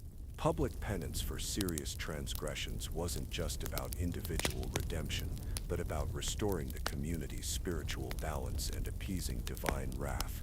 Death was omnipresent in medieval consciousness, not hidden away as in modern society. High mortality rates, frequent plagues, and public executions made death a familiar sight. The good death, passing away with time to confess sins and receive last rites, was a central concern. The ancient Christian prayer from sudden and unprovided death, "O Lord, deliver us," reflected the fear of dying unprepared spiritually, potentially resulting in eternal damnation. Purgatory, a middle state between heaven and hell, where souls were purified through suffering before entering paradise, was a powerful concept in medieval Christianity. The living could ease the suffering of their dead loved ones through prayers, masses, and good works offered on their behalf, creating an ongoing relationship between the living and the dead. This wasn't abstract theology, but a practical concern, motivating countless bequests for perpetual masses and charitable foundations. The physical and spiritual worlds interpenetrated in ways difficult for modern minds to grasp. Relics, physical remains of saints or objects associated with them, contained actual spiritual power that could heal, protect, or punish. Blessed bread, water, or salt carried tangible divine energy. Places could be inherently holy or cursed. Material objects could be vessels of spiritual reality. Prayer wasn't just psychological comfort or ritual obligation, but an effective action that changed outcomes in the world. Medieval people prayed with the expectation that their words properly offered would produce results: healing, protection, good weather for crops, victory in battle. Prayer was practical technology for navigating a dangerous world. Miracles weren't violations of natural law, a concept that would have made little sense, but manifestations of a higher order of reality breaking through. They were uncommon but not unnatural in the modern sense. Reports of miraculous events, healing, apparitions, divine punishment were received not with modern skepticism but with varying degrees of careful evaluation within an overall framework that expected divine intervention. The afterlife was not a vague better place, but an elaborately structured realm with specific characteristics. Medieval visions and theology detailed the architecture of heaven, hell, and purgatory with geographical precision. These weren't understood as metaphorical descriptions but as accurate, if limited, glimpses of spiritual reality. Your actions in this brief earthly life determined your eternal placement in this cosmic order. For modern people accustomed to material explanations, psychological interpretations, and the separation of religious belief from daily life, the medieval religious mind can seem alien, veni superstitious. But this perspective misunderstands the fundamental nature of medieval thought. The supernatural vision wasn't an addition to normal reality, but the basic framework through which all experience was processed. Could you, modern person, truly enter this mindset? Could you navigate a world where physical processes had moral meanings, where invisible beings affected daily events, where ritual actions had tangible power, and where your eternal destiny hung in the balance with each decision? Could you feel the weight of spiritual reality pressing on every moment of existence, as real and immediate as hunger or cold? This religious consciousness might be the most challenging aspect of medieval life for a modern time traveler to adapt to, more difficult than the physical hardships or social constraints. Without it, you would fundamentally misunderstand the world you were inhabiting, missing the underlying connections and meanings that made sense of medieval existence. You wouldn't just be in a different place, you would be operating with a different model of reality itself. Chapter 11. A day of constant danger. Throughout our journey through medieval life, we've explored various aspects of daily existence: the labor, the food, the social order, the religious mindset. But underlying everything was a fundamental reality of medieval life that modern people rarely experience: the constant presence of danger. Every hour brought risks that modern safety systems, medical care, and technology have largely eliminated from our experience. From the moment you woke on that straw mattress, your medieval day was an obstacle course of potential disasters. The simple act of lighting or tending the fire carried significant risk. Without matches or lighters, fire starting involved flint, steel, and tinder, a process requiring skill and care. Once lit, that open flame in your dwelling posed a constant fire hazard. A stray spark could ignite the straw on the floor, the thatch overhead, or your clothing. With structures built primarily of wood, straw, and other flammable materials, house fires could spread rapidly, often consuming entire villages or sections of towns. The cooking fire that prepared your food brought its own dangers. Burns were common, from minor scalds to life-threatening injuries. Cooking vessels, heavy iron pots or ceramic containers could break or tip, causing injuries or destroying precious food. Smoke inhalation in poorly ventilated dwellings contributed to respiratory problems, especially for those who spent the most time indoors, often women, the very young, and the elderly. Your food itself might kill you. Without refrigeration or modern understanding of food safety, foodborne illness was rampant. Meat and fish spoiled quickly. Grain stored for winter might develop deadly molds. Water sources could be contaminated with human waste or animal carcasses. Even knowing these risks, medieval people had limited options. Hunger couldn't be postponed until safe food was available. The tools of daily labor were hazardous by modern standards. Scythes, pitchforks, hammers, axes, all could cause serious injury through misuse, material failure, or simple fatigue. Working with draft animals added another layer of risk. A horse's kick or an ox's sudden movement could be fatal. These dangers weren't occasional. They were faced every day through long hours of physically demanding work. Travel, even short distances, involved significant risk. Roads were poorly maintained, often becoming impassable mud pits after rain. Bridges might collapse without warning. Bandits targeted travelers in less populated areas. Getting lost was a genuine danger in a world without maps, signs, or GPS. Even if you knew the way, traveling after dark was perilous without adequate lighting. A broken ankle from a stumble on an uneven path might not just mean inconvenience but potentially death if you couldn't reach help. Weather presented threats that modern infrastructure largely shields us from. Lightning could strike without the protection of lightning rods. Flash floods swept away unwary travelers, and sometimes entire communities built in vulnerable locations. Winter storms could trap people in their homes without adequate supplies. Summer heat waves, without air conditioning or proper hydration, caused fatalities through heat stroke. Each season brought its specific dangers, requiring constant vigilance and preparation. Disease lurked everywhere, invisible but deadly. Without understanding germ theory, medieval people unknowingly engaged in countless high-risk behaviors daily, sharing drinking vessels, handling waste without proper hand washing, living in close proximity to diseased individuals. Every minor wound carried the risk of infection in a world without antiseptics or antibiotics. A simple cut could lead to blood poisoning and death within days. The human dangers were equally real. Violence was more common and less controlled in medieval society. Disputes that might now be resolved through legal processes could escalate to physical confrontation. Assault and theft posed real threats, especially in urban areas or on travel routes. Legal protection existed but was inconsistent and often depended on social status rather than universal application of law. For women, additional dangers existed. Childbirth was perhaps the most significant, with maternal mortality rates staggeringly high by modern standards. Sexual violence was a reality with limited legal recourse.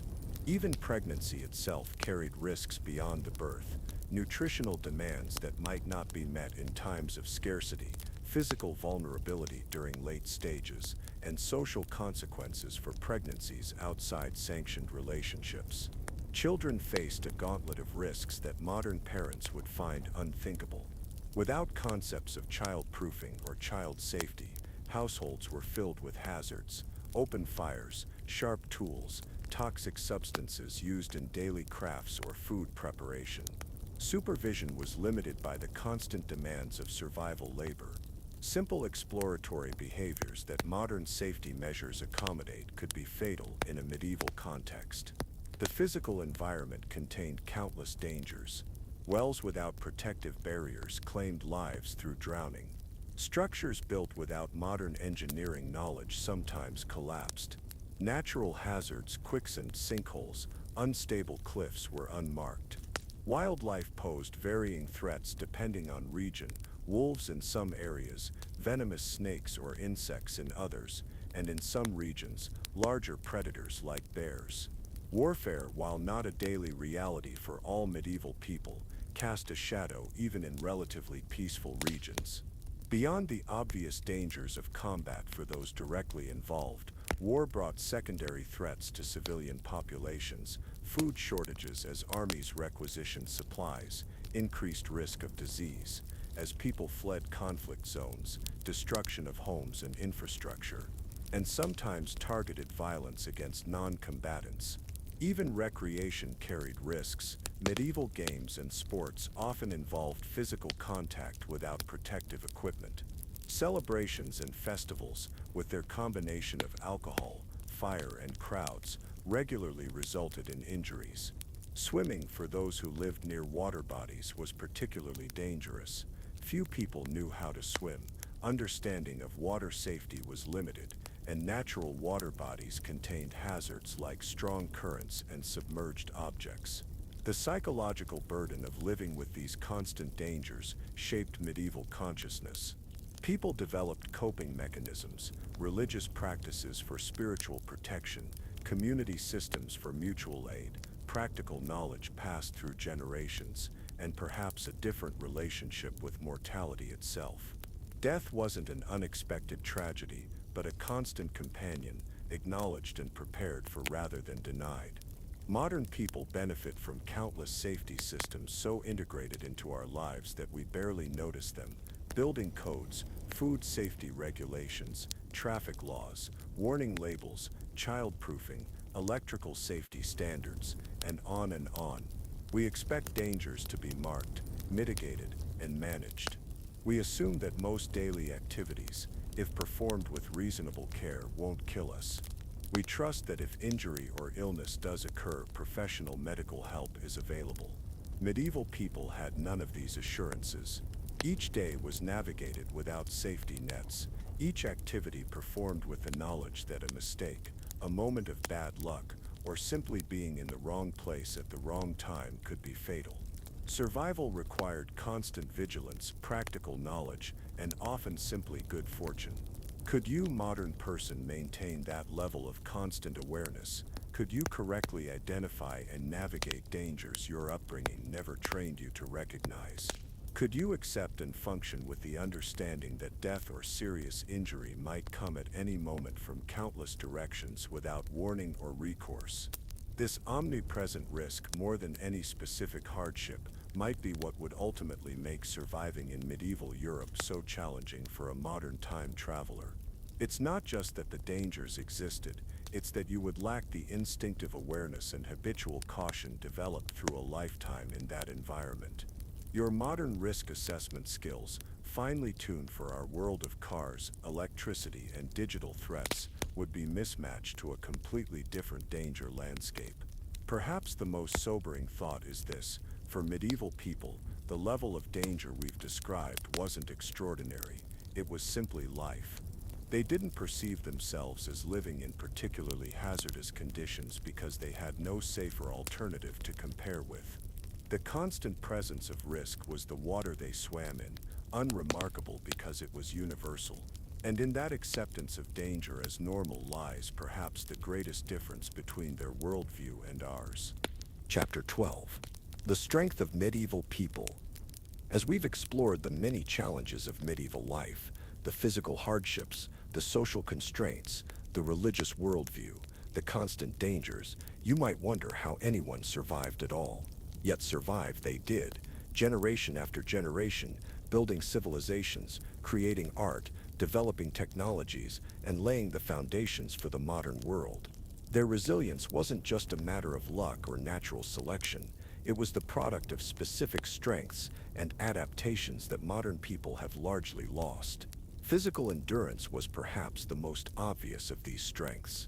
Medieval bodies were conditioned from childhood for sustained labor. While modern people might pride themselves on gym routines or weekend sports, medieval work required a different kind of strength, not the ability to lift maximum weight briefly, but the capacity to perform moderate exertion continuously for 12 or more hours daily. This wasn't a lifestyle choice or fitness regimen, but simply what survival demanded. This endurance wasn't built through specialized training, but through the work itself, beginning in early childhood. By age 5 or 6, children were performing meaningful labor. By adolescence, they were working essentially adult schedules. This lifelong conditioning created bodies adapted to specific types of exertion. A medieval farmer might lack a modern athlete's speed or explosive power, but could maintain a steady pace of physically demanding work from dawn to dusk, day after day, with minimal recovery time. Medieval people also developed remarkable specific skills through years of practice. Modern hands, accustomed to keyboards and touchscreens, would struggle with the precise control needed for traditional crafts. A medieval spinner could draw out perfectly consistent thread hour after hour by feel alone. A blacksmith could judge temperatures by the color of heated metal with accuracy comparable to modern instruments. A bowyer could select the perfect piece of wood by its look, feel, and even smell. These weren't rare talents but common abilities developed through necessity and constant practice. Practical knowledge was accumulated and passed down through generations, creating a vast repository of survival wisdom. Medieval people knew which plants were edible, which had medicinal properties, and which were poisonous, knowledge modern foraging enthusiasts spend years trying to reacquire. They could predict weather changes from subtle environmental cues. They understood the specific properties of materials, which woods burned hottest, which plants yielded the strongest fibers, which clays made the most durable pottery. This knowledge wasn't academic but practical, tested and refined through centuries of trial and error. Memory played a far greater role in medieval life than in our externalized information culture. Without widespread literacy or convenient reference materials, people memorized vast amounts of practical information, religious texts, oral histories, navigational landmarks, and traditional songs or stories. The modern habit of immediately looking up information rather than committing it to memory would have been not just impractical but potentially fatal in a world where knowledge needed to be immediately accessible in critical situations. Sensory awareness was heightened by necessity. Medieval people were attuned to subtle changes in their environment that might signal danger or opportunity. They could distinguish the sounds of different animals at night, recognize the footsteps of specific horses or people, detect slight changes in wind direction that might indicate weather shifts, notice small variations in plant growth that suggested soil conditions or water sources. This wasn't supernatural perception, but simply the result of lives spent in direct connection with the natural world, without technological mediation. Communal interdependence was a core strength of medieval society. While modern people often pride themselves on independence, medieval survival depended on tight networks of mutual obligation and assistance. Labor was shared at critical times like harvest. Tools and resources too expensive for individual ownership were collectively managed. Knowledge was communal property, distributed through the group rather than concentrated in specialists or reference materials. This wasn't socialism or altruism as modern people might understand these concepts, but a practical recognition that individual survival required group cooperation. Adaptability within tradition characterized the medieval approach to challenges. While we often imagine medieval society as static and resistant to change, the reality was more nuanced. Innovation occurred constantly but incrementally, tested against existing knowledge rather than embraced for its own sake. New techniques or tools were adopted when they demonstrably improved outcomes within established systems. This balance, neither blindly traditional nor recklessly innovative, allowed for stability while gradually incorporating beneficial changes. Psychological resilience was perhaps the most significant medieval strength. Modern people often struggle with minor discomforts or inconveniences that medieval people would have considered too trivial to notice. The capacity to endure pain, hunger, cold, heat, fatigue, and uncertainty was developed through lifelong exposure to these conditions. This wasn't stoicism as philosophical choice but a practical emotional adaptation to a world where comfort was rare and suffering expected. This resilience extended to their relationship with mortality. Medieval people lived with constant reminders of death, high infant mortality, regular epidemics, public executions, shorter lifespans. Rather than producing paralysis or despair, this familiarity with death was integrated into their worldview. Death wasn't denied or hidden away, but acknowledged as an ordinary part of existence. This acceptance didn't eliminate grief, but provided cultural frameworks for processing it and continuing to function even amid loss. Medieval spirituality, which we've explored as a worldview, was also a source of strength. Religious belief offered explanations for suffering, guidelines for behavior in difficult situations, communities of support, and hope for ultimate justice beyond earthly hardships. Whether or not their metaphysical beliefs were objectively true, the psychological benefits were real. Faith provided purpose and meaning in circumstances that might otherwise have seemed arbitrary and cruel. Practical creativity flourished within material constraints. Modern innovation often relies on new materials or technologies. Medieval creativity worked within strict limitations of available resources. When a tool broke, it was repaired with whatever was at hand. When a crop failed, alternative food sources were developed from previously overlooked plants. This ingenuity wasn't expressed in patents or publications, but in the daily improvisations that meant the difference between survival and disaster. Traditional knowledge included significant medical and healing practices that, while lacking modern theoretical frameworks, often proved effective. Herbal remedies contained active compounds later validated by pharmaceutical science. Setting of broken bones, wound cleaning, and certain surgical techniques were developed to impressive levels despite limited understanding of underlying biological processes. This wasn't equivalent to modern medicine, but represented sophisticated practical knowledge adapted to available resources. Community justice systems, while harsher and less procedurally consistent than modern legal systems, maintained social order through intimate knowledge of local individuals and circumstances. Village elders or councils could consider factors invisible to formal courts, historical patterns, family dynamics, individual capacities, and limitations. At its best, this personalized justice could be more rehabilitative and proportionate than our more abstract systems, though it was also vulnerable to bias and abuse. Perhaps most importantly, medieval people possessed perspective that modern affluence has obscured. They understood the true value of necessities: clean water, sufficient food, secure shelter, community bonds, in ways that consumer societies surrounded by manufactured needs and artificial scarcity have largely forgotten. Their appreciation for small pleasures and achievements came from genuine contrast with hardship, not from manufactured gratitude practices or mindfulness exercises. None of this romanticizes the genuine suffering and limitations of medieval life. Child mortality, physical pain, hunger, and oppression were real and devastating. But recognizing the strengths and capabilities of medieval people helps us understand how they not merely survived but created lasting cultural achievements, technological innovations, and social structures under conditions modern people would find unbearable. The medieval peasant working a field with primitive tools wasn't a mindless drone but a skilled practitioner of complex agricultural techniques. The castle builder without modern engineering education wasn't guessing at structural principles, but applying sophisticated knowledge gained through practical experience and guild training.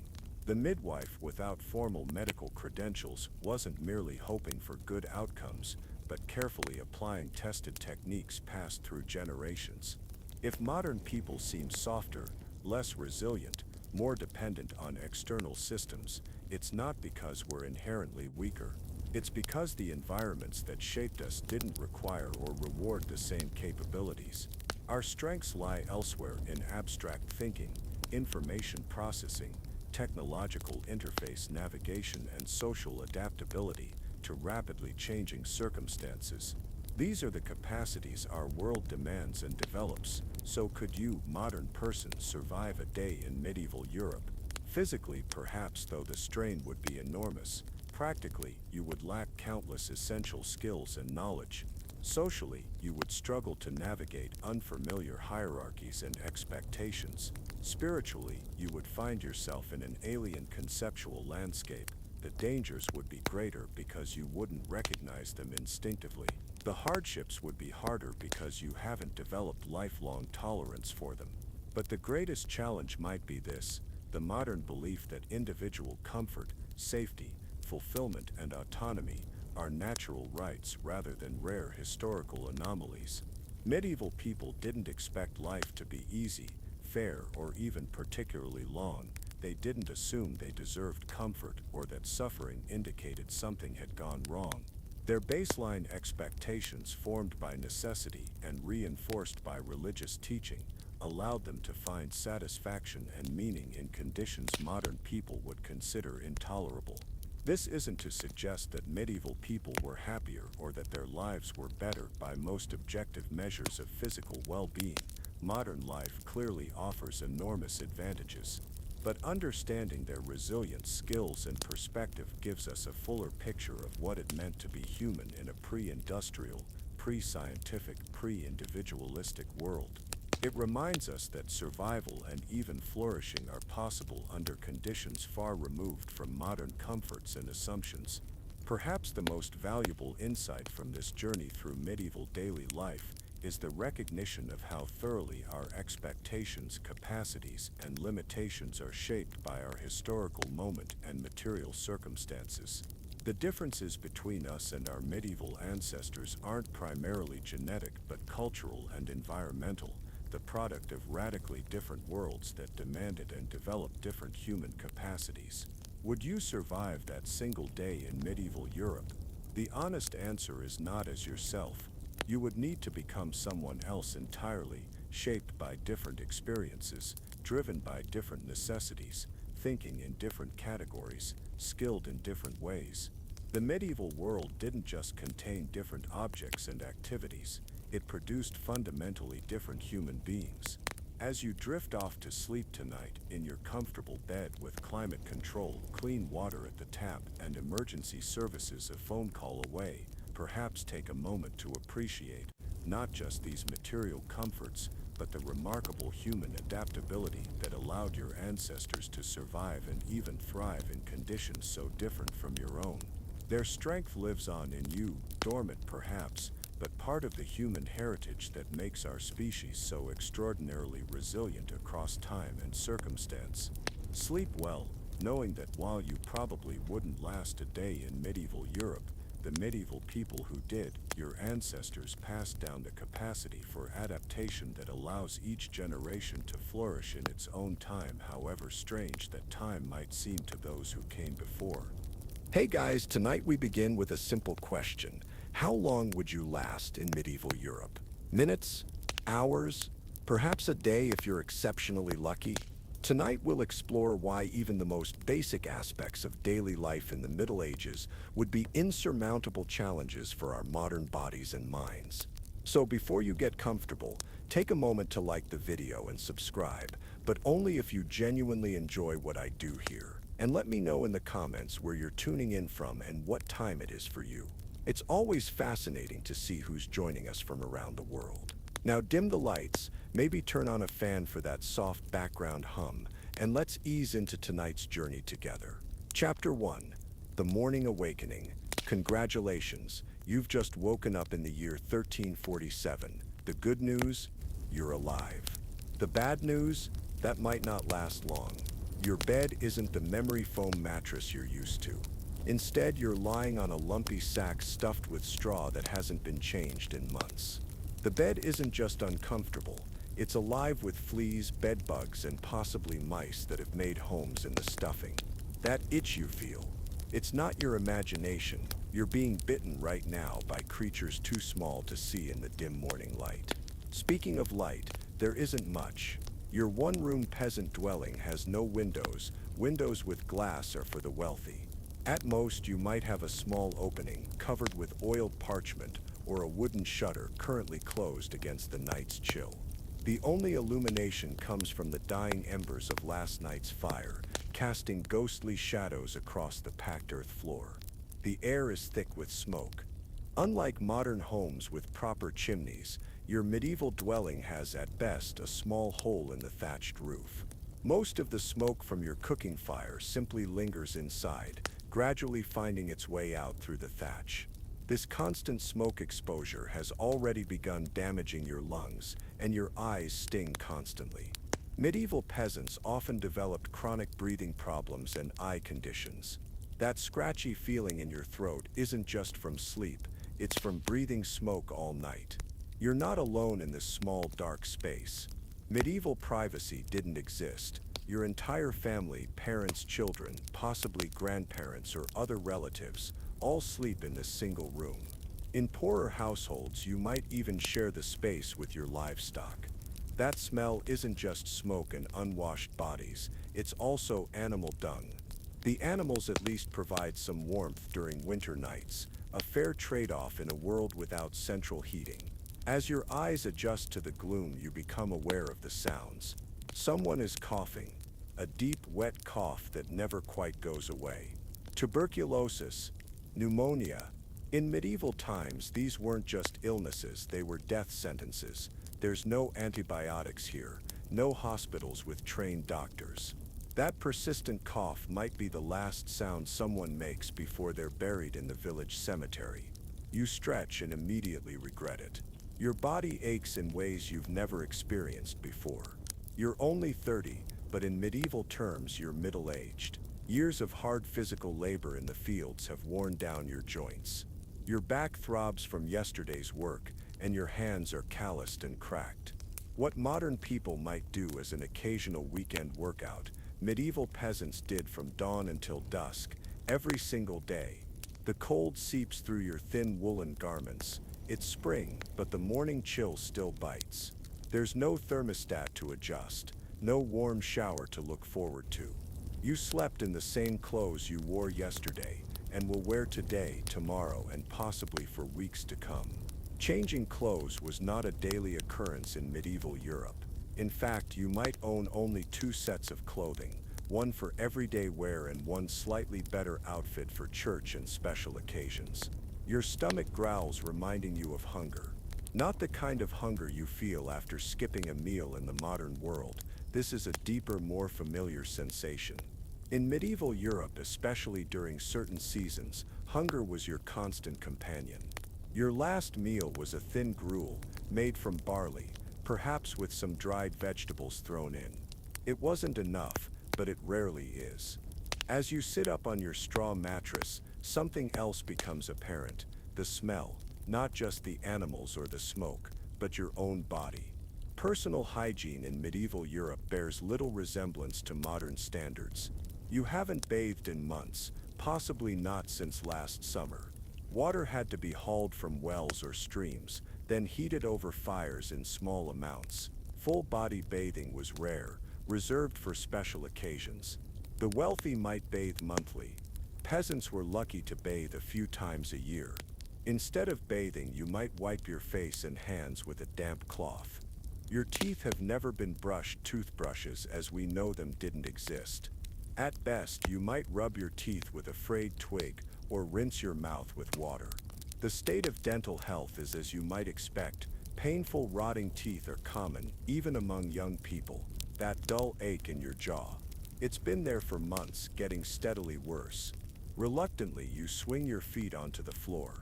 The ground is cold, hard-packed earth, possibly strewn with rushes or straw that haven't been changed in weeks.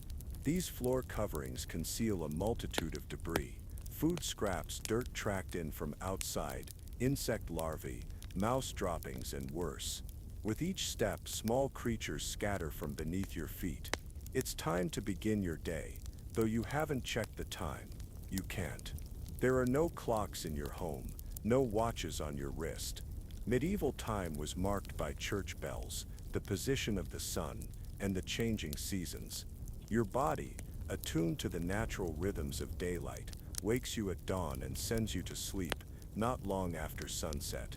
And so begins your morning in medieval Europe. You haven't even started your day's work, and already your body is dealing with conditions that would send a modern person running to doctors, exterminators, and possibly therapists. The discomfort you're experiencing isn't temporary. It's life, day after day, year after year, with little hope of improvement. Are you still confident about surviving that single day in medieval times?